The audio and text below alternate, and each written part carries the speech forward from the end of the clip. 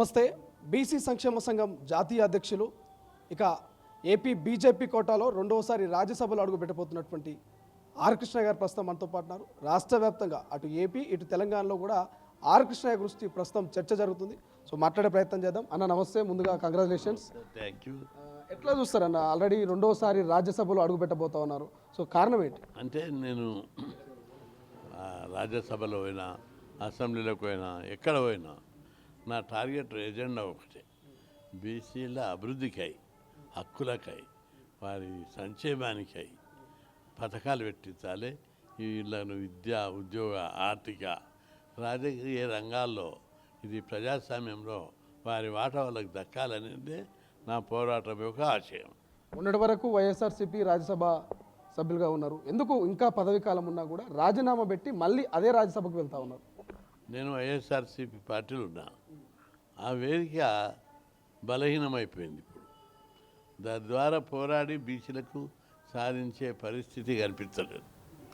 ఎందుకంటే పార్లమెంట్లోకి వచ్చి రావడం లేదు, జీవరావులతో మాట్లాడే అవకాశం లేదు, ఎక్కడ కూడా నాకు ప్రాధాన్యత దొరుకుతలేదు. అందుకే బలమైన వేదిక ద్వారా ఉండి పోరాడితే బీసీలకు ఎంతో కొంత ప్రయోజనం చేకూరుతుంది. ఉదాహరణకు నేను పోరాడి తెలుగు రాష్ట్రాల లోపల ఈరోజు దేశంలో ఎక్కడని విధంగా బీసీ పథకాలు ఉన్నాయి.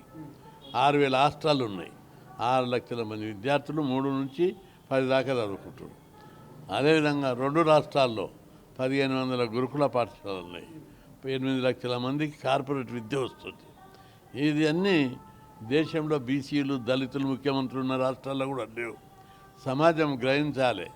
అభిమానులు కానీ కొందరు బాధపడేటోళ్ళు ఉన్నారు, వ్యతిరేకించేటోళ్ళు ఉంటారు. కానీ అందరూ నేను ఏడ ఉన్నా, ఎక్కడ ఉన్నా పోరాడింది ఓ ఎజెండాతో పోరాడి బీసీల అభివృద్ధికి స్కీములు తెస్తున్నా, అంతేగాని ఎంజాయ్ కోసం కాదు. కానీ ఆర్ కృష్ణ గారు ప్రధానంగా ఆర్ కృష్ణను అభిమానించే వాళ్ళు ఎంతమంది ఉన్నారు, వ్యతిరేకించే వాళ్ళు కూడా అంతమంది ఉన్నారు. సో బీసీలకు రాజధికారం రావాలన్నటువంటి ఆర్ కృష్ణయ్య తన అధికారం కోసమే ఇవాళ పార్టీలు మారుతున్నట్టు ప్రచారం కూడా కొంతమంది చేస్తారు. దీనికి ఎట్లా కౌంటర్ ఇస్తారు? ఇది పార్టీలు మారడం కాదు. నేను మొట్టమొదట పార్టీలో లేను, ఏ పార్టీలో. నేను 50 ఏళ్ళ నుంచి పోరాడుతున్నా. 2014లో చంద్రబాబు, గౌరవనీయులైన చంద్రబాబు గారు నేను ముఖ్యమంత్రి చేస్తాం, తెలంగాణకు రావాలని ఆహ్వానించాడు. అప్పుడు తెలుగుదేశం నుంచి 84లో పోటీ చేస్తే గెలిచిన. మెజార్టీ రాలేదు కాబట్టి ముఖ్యమంత్రి కాలేకపోయాం. ఆ తర్వాత 5 ఏళ్ళు అట్లే ఉన్నా. అందులో 15 మంది గెలిచారు టీడీపీలో, 14 మంది పార్టీ మారారు. నేను మారలేదు. పదవులు ఇస్తామన్నా మారలేదు, ఎలాంటి అభివృద్ధి పథకాలు ఇస్తామన్నా మారలేదు, అట్లే ఉన్నా. ఆ తర్వాత ఇట్లే బీసీల గురించి పోరాడుతున్నా. జగన్మోహన్ రెడ్డి పిలిచి రాజ్యసభ ఇచ్చారు. బీసీల కోసం మరిన్ని పోరాటాలు చేయమని తీసుకున్నా. పార్లమెంట్కి పోయినా, బీసీల కోసమే పోరాడినా. మొన్నటి ఎన్నికల్లో ఓడిపోవడంతో నాకు అక్కడ బలం లేదు పోరాడడానికి. జనం పోరాడాలి, పార్టీ పరంగా పోరాడాలంటే ఎంపీలు లేరు. బీసీల కోసం నేను రాజ్యసభకి వెళ్ళింది. చట్టసభల్లో బీసీలకు రిజర్వేషన్లు పెట్టాలి, కేంద్రంలో బీసీలకు ప్రత్యేక మంత్రిత్వ శాఖ పెట్టాలి, బీసీల అభివృద్ధికి పథకాలు పెట్టాలి. ఇట్లా తెలుగు రాష్ట్రాలు ఎట్లయితే ఫీజు రియంబర్స్మెంటు, హాస్టళ్ళు, గురుకులాలు, కార్పొరేషన్లు ఉన్నాయో ఇవి దేశమంతటా పెట్టేయాలనేది నా టార్గెట్. ఇంకా బీజేపీని మీరు సంప్రదించారా, బీజేపీ మిమ్మల్ని సంప్రదించారా? బీజేపీ పెద్ద పార్టీ. బీజేపీ పార్టీ నుంచి ఆహ్వానం వచ్చింది, ఓకే అన్న అంతే. ఒక ప్రధాని మోదీ కూడా ఆర్ కృష్ణయ్యతో ఫోన్ మాట్లాడారనే ప్రచారం జరుగుతుంది. ఆర్ కృష్ణయ్య యాక్టివ్గా ఉండాలి, బీసీ ఎజెండాను ఇక తెలంగాణలో బీజేపీ జెండాను ఎగరవేయాలన్నటువంటి కొంత హితబోధన చేసినట్టు కూడా ప్రచారం జరుగుతుంది. ఇందులో ఎంతవరకు వాస్తవం? అంటే ప్రధానమంత్రి నా యొక్క బర్త్డే గ్రీటింగ్ చెప్పాడు, రాజకీయాలు మాట్లాడలేదు. అమిత్ షా కూడా ఇచ్చిండు, నా బర్త్డే గ్రీటింగ్స్ చెప్పారు. ఫోన్ చేసింది వాస్తవమే, గ్రీటింగ్స్ చెప్పారు. దానికి రాజకీయ కోణంలో చూడొద్దు. గ్రీటింగ్ చెప్పారు. వాళ్ళకి నేనంటే బాగా ఇష్టం కూడా. ఎప్పుడు కలిసినా పార్లమెంట్ లోపల హౌ ఆర్ యూ కృష్ణయ్య అంటాడు అని, యూ ఫైట్ ఫర్ బీసీస్ అంటారు. ఆయన ఆర్ కృష్ణయ్య కమలంలో అడుగు పెట్టడంతో కొంత కలవరం మొదలైనట్టు తెలుస్తోంది. ఎక్కడ మా ముఖ్యమంత్రి సీటుకి ఎసరు పెడతాడో రాబోయే రోజుల్లో బీసీ నిదానంతో బీజేపీ పోతుంది కాబట్టి తెలంగాణలో బీసీ ముఖ్యమంత్రిగా ఆర్ కృష్ణయ్య అయ్యే అవకాశం ఉందంటూ కూడా ప్రచారం జరుగుతుంది. సో ఎట్లా చూస్తారు? అవన్నీ ఊహాగానాలే. నేను ముఖ్యమంత్రి పోటీకి ఇప్పుడే బీజేపీకి వచ్చాను. నేను బీజేపీకి రావడం కొత్త ఏం కాదు. ఇది బీజేపీ పార్టీ స్టార్ట్ చేసినప్పుడు 1979-80లో ఆ పార్టీ వ్యవస్థాపకులు అందరు ఉన్నప్పుడు మేమందరం, నేను, ఇంద్రసేనారెడ్డి, చాలామంది, రాజవర్ధన్ రెడ్డి, ఇంకా చాలామంది, రామరెడ్డి, ఇట్లా చాలామందివి కష్టపడి వాల్ పోస్టర్లు, బ్యానర్లు కట్టి బీజేపీ కోసం తెగించి పోరాడేవాళ్ళం మేమంతా. నా మూలాలేమో ఆర్ఎస్ఎస్లు ఉన్నాయి. నన్ను నాయకునిగా ఫస్ట్ ఈ నా లోపల క్యారెక్టర్ బిల్డప్ కానీ నాయకత్వ లక్షణాలు కానీ ట్రైనింగ్ ఇచ్చి పంపించింది ఆర్ఎస్ఎస్. ఆ విధంగా నాకు విలువలతోటి రాజకీయాలలోకి వచ్చిన. నాకు వ్యక్తిగత ప్రయోజనాలు కానీ అధికారం కానీ ముఖ్యం కాదు. తెలంగాణలో కావచ్చు, అటు ఏపీలో కావచ్చు, బీసీ అనగానే పెద్ద దిక్కుగా ఆర్ కృష్ణయ్య గుర్తొస్తారు. ఒక బలగం ఉన్నది ఆర్ కృష్ణయ్యకు. సొంత బలగం ఉన్నటువంటి ఆర్ కృష్ణయ్య అనుకోవాలి పార్టీ పెట్టాలనుకుంటే ఈ పార్టీకి పెట్టి మీరు ఏదో ఒక మంచి పొజిషన్లో ఉండేది, బీసీలను తీసుకెళ్ళేది, కానీ పెట్టలేదు. కానీ ఈ బీజేపీ ఎజెండాను ఉపయోగించుకొనైనా భవిష్యత్తులో ఏమైనా ముఖ్యమంత్రి పదవి వస్తే స్వీకరిస్తారా, ఆహ్వానిస్తే? అదంటే ఊగానాలని నేను ఇప్పుడే చెప్పా. బీజేపీ పార్టీ నాకు ఏదన్నా బాధ్యత పని పార్టీ పరంగా అప్పచెప్తే టేకప్ చేస్తా.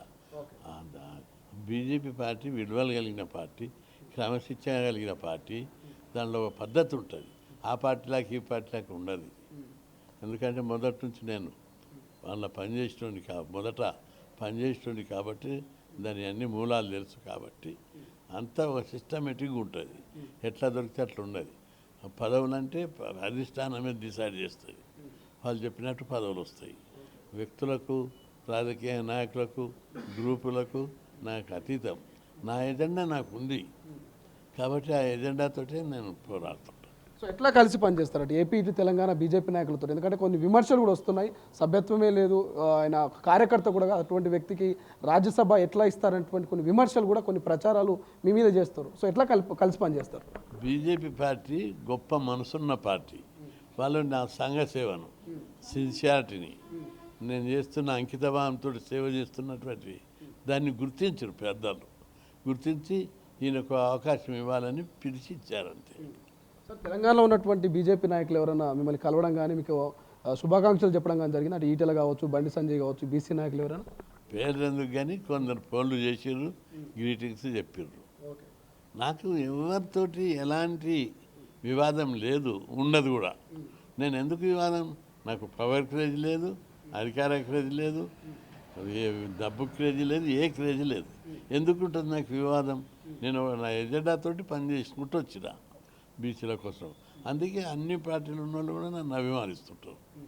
కాబట్టి ఎవరితోటి వివాదం ఉండదు, ఉండబోదు కూడా. వైపు తెలంగాణలో కాంగ్రెస్ పార్టీ బీసీలకు న్యాయం చేస్తాం, రిజర్వేషన్లు పెంచుతామంటూ కుటుంబ సర్వేలు, కులగణలు అంటున్నాయి. సో దీని మీద ఆర్ కృష్ణయ్య స్టాండ్ ఏమనిపిస్తుంది? కుటుంబ సర్వే చేయాలి, కులగణన చేయాలని మేమే పోరాడినాం. మా పోరాటానికి స్పందించి ముఖ్యమంత్రి రేవంత్ రెడ్డి గారు స్టార్ట్ చేశారు. కులగణన, కుటుంబ సర్వే చేశారు. దీని ద్వారా రిజర్వేషన్ పెంచాలనేది మా డిమాండ్. 42% పెంచాలని డిమాండ్ చేస్తాం. సో నమ్మకం ఉందా నిజంగా కాంగ్రెస్ పెంచుతుంది? భవిష్యత్తులో పంచాయతీ ఎన్నికల్లో, లోకల్ బాడీ ఎన్నికల్లో, రానున్న అసెంబ్లీ ఎన్నికల్లోనో మన బీసీ బిడ్డలకు న్యాయం జరుగుతుంది అన్నట్టుగా? తప్పనిసరి 42%కు పెంచుతూ జియో జారీ చేస్తారు. ఆ తర్వాత న్యాయపరమైన, చట్టపరమైన వివాదాలు వస్తాయి. వాటిని ఎదుర్కోవాలి. ఒకవైపు బీసీ సంఘాలు, ఒకవైపు ప్రభుత్వం, అందరం ఎదుర్కొని దాన్ని అమలు చేయడానికి కృషి చేస్తాం. సో మొన్నటి వరకు ఆర్ కృష్ణయ్య రాకముందు బీజేపీ ఎట్లా, ఆర్ కృష్ణయ్య వచ్చిన తర్వాత భవిష్యత్తు బీజేపీ ఎట్లా ఉండబోతుంది? బీజేపీ పార్టీ ఒక స్థిరమైన పార్టీ, జాతీయ పార్టీ, ప్రపంచంలోనే ఎక్కువ సభ్యత్వం కలిగిన పార్టీ, విలువలు కలిగిన పార్టీ. దాని స్థిరత్వం అట్టే ఉంటుంది.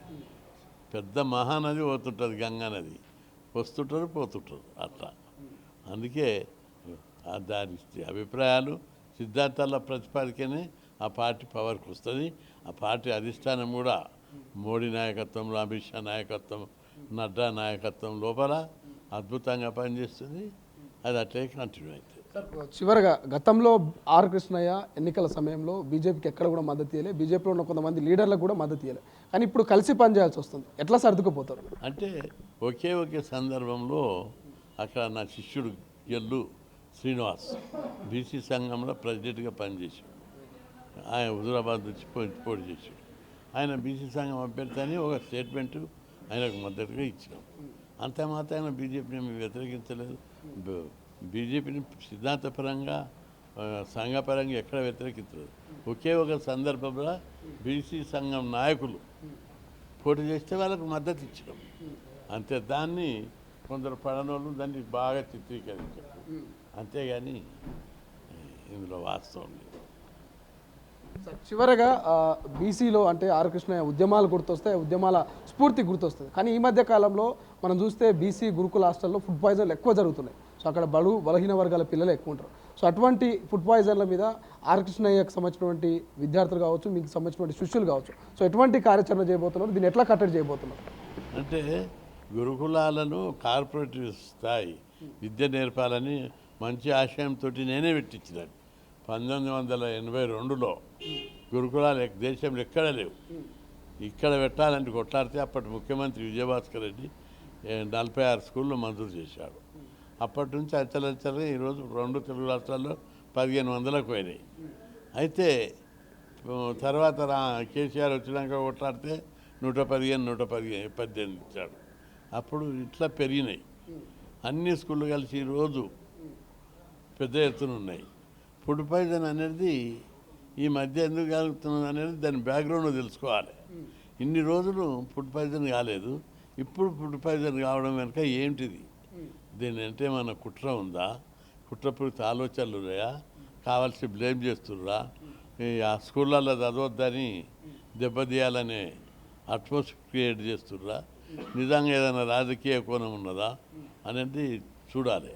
ఎందుకంటే అక్కడ పకడ్బందీగా ఒకవేళ ఫుడ్ పాయిజనింగ్ అయితే దాని మీద ముఖ్యమంత్రి స్థాయిలో సమీక్ష చేసి క్యాటరింగ్ తీసేయడమా, సిస్టమ్ మార్చడమా అట్లా చేయాలి తప్ప దీన్ని ఒకేసారి ఒకే ముద్ర వేయడానికి వీల్లేదు. దీన్ని కొద్దిగా లోతుగా ఆలోచన చేయాలని నేను సూచించాను. ఇప్పుడు ఆర్ కృష్ణయ్య గారి చేతుల మీద లెటర్ ప్యాడ్లు తీసుకొని ఎంతోమంది ఐఏఎస్లు, ఐపీఎస్లు, ఇట్లా జర్నలిస్టులు చాలామంది కూడా మీ లెటర్ ప్యాడ్ తీసుకొని వచ్చి అయిన వాళ్ళు ఉన్నారు. సో వాళ్ళందరూ మిమ్మల్ని కలుస్తుంటారా? మీకు ఏమైనా సలహాలు సూచనలు చేస్తారా? సార్ ఉద్యమాన్ని ఇంకా తీసుకుపోవాలి, ఇప్పుడు జరుగుతున్నటువంటి అన్యాయాల మీద ఇంకా మీరు ప్రశ్నించాలి, ఉద్యమాలు చేయాలనేటువంటి సలహాలు సూచనలు వస్తుంటాయి ఎప్పుడన్నా? నేను ఈ రికమెండేషన్ లెటర్లు బట్టి 50 ఏళ్ళు అవుతుంది. నేను ఒక సమాంతర వ్యవస్థను నడిపాను. నా లెటర్ ఇస్తే హాస్టల్ సీట్లు దొరికినాయి. అంటే సీట్లు కోటా అయిపోయినాక ఇవ్వరు కదా, నేను లెటర్ రాస్తే ఎక్స్ట్రా సీట్లు ఇచ్చారు. కాలేజ్ సీట్లు మీరు అన్నట్టుగా కాలేజీలల్లో అప్పుడు ప్రైవేట్ కాలేజీలు లేవు, లిమిటెడ్గా గవర్నమెంట్ కాలేజీలు ఉండే, సీట్లు దొరకకుండే. నేను సీట్లకు కాలేజీలకు రాస్తే 60 సీట్లు ఉంటే 10 మందికి రాస్తే 10 మందికి కూడా ఎక్స్ట్రా ఇచ్చారు. అదేవిధంగా గురుకులాలకు సీట్లు రాసిన, అదేవిధంగా కాలేజీలకు సీట్లు రాసిన. ఆ సీట్లన్నా చదువుకున్న వాళ్ళంతా ఈరోజు ఉన్నత స్థాయిలో ఉన్నారు. ప్రతి ఒక్కరు కూడా వాళ్ళందరూ గౌరవిస్తారు. నేను ఆశించి లెటర్లు సేవ చేయలేదు, ఏమి ఆశించకుండా, ప్రతిఫలం ఆశించకుండా నిస్వార్థంగా నిజాయితీగా నా జాతి ప్రజలందరూ, నా ప్రజలు చదువుకోవాలి, ఉన్నత స్థాయికి ఎదగాలని రాష్ట్రం. అందుకే వాళ్ళు చదువుకున్నారు. హాస్టళ్ళల్లో, గురుకులాలల్లో, కాలేజీలో వాళ్ళందరూ వాళ్ళ హృదయాల్లో గౌరవం ఉంటుంది నా మీద. చివరిగా తెలంగాణ తల్లి విగ్రహం మీద ఇక కామెంట్స్ నడుస్తూ ఉన్నాయి. అటు కాంగ్రెస్ తల్లి అంటారు, ఇటు ఇటు ఇటు బీఆర్ఎస్ ఏమో కాంగ్రెస్ తల్లి అంటే అధికార కాంగ్రెస్ పార్టీ ఏమో సామాన్య ఒక మహిళా రూపాన్ని మేము ఏర్పాటు చేసామంటున్నారు. సో దీని మీద మీ కామెంట్ ఏంటి? దాని మీద నేను పెద్ద లోతుగా ఆలోచించలేదు. ఇక అది రాజకీయం, అది ఇది రెండో దిక్కుల. నేను ఆలోచించేది ఎప్పుడు నా ఏ పదవి ఉన్నా ఏ పదవి లేకున్నా ప్రతి నిమిషం ప్రతి గంట నా బీసీ జాతి అన్యాయానికి గురయ్యింది. 76 సంవత్సరాలుగా పేద కులాలు అన్యాయం గురయ్యారు. ఇల్లు లేదు, సంపద లేదు, పిల్లల పెళ్ళిళ్ళు చేయలేక, సుఖంగా బతకలేక, రోజుకొక దినగండంగా బతుకుతున్నారు. వీళ్ళు ఇంకా పేదరికంగా చాలామంది ఉన్నారు.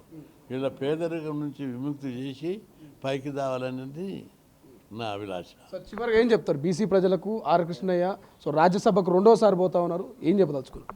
అంటే నేను ఎక్కడున్నా ఏది చేసినా పదే ఉన్నా లేకపోయినా బీసీల గురించే పోరాడుతున్నా.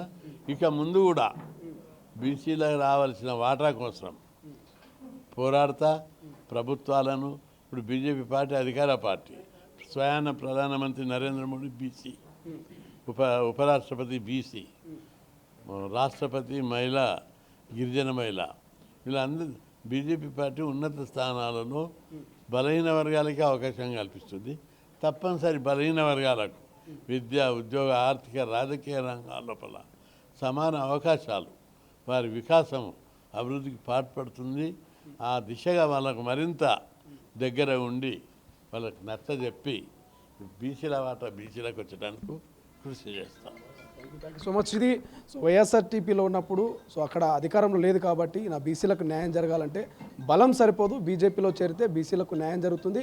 సో ఢిల్లీలో అధికారంలో ఉంది బీజేపీ కాబట్టి అందుకే బీజేపీ రాజ్యసభను నేను ఆహ్వానిస్తున్నా, అందుకే రాజ్యసభలో రెండోసారి అడుగు పెడుతున్నానంటూ కూడా ఆర్ కృష్ణయ్య చెప్తున్నటువంటి పరిస్థితి. సో భవిష్యత్తులో బీజేపీ గెలిపే లక్ష్యంగా పనిచేస్తానంటూ కూడా అందరినీ కలుపుకొని కలిసి పనిచేస్తామంటూ ఎంపీ ఆర్ కృష్ణయ్య చెప్తున్నటువంటి పరిస్థితి. కెమెరా పర్సన్ సతీష్తో శ్రీశైలం, తొలి వెలుగు. అసలైన తొలి వెలుగు. ఫాలో వాట్సాప్ @తొలి వెలుగు official.